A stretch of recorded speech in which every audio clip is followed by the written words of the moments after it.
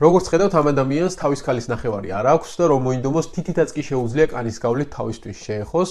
ამ ყველაფრის ფონზე კი საკმაოდ ფუნქციურად ნორმალურად გამოიყურება და მიირთმევს საკვებს.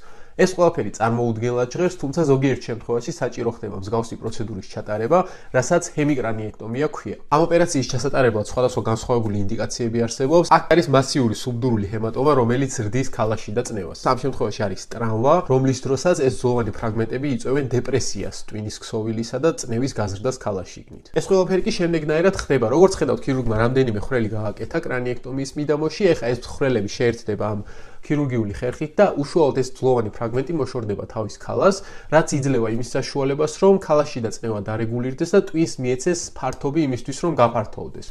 ხოლო როდესაც დარეგულირდება უშუალოდ შიდა ქალის წნევა, შემდეგ შესაძლებელია უკვე ან იგივე ძვლოვანი ფრაგმენტის უკან დაბრუნება, ან უშუალოდ მისი სინთეზური მატერიალის ჩანაცვლება.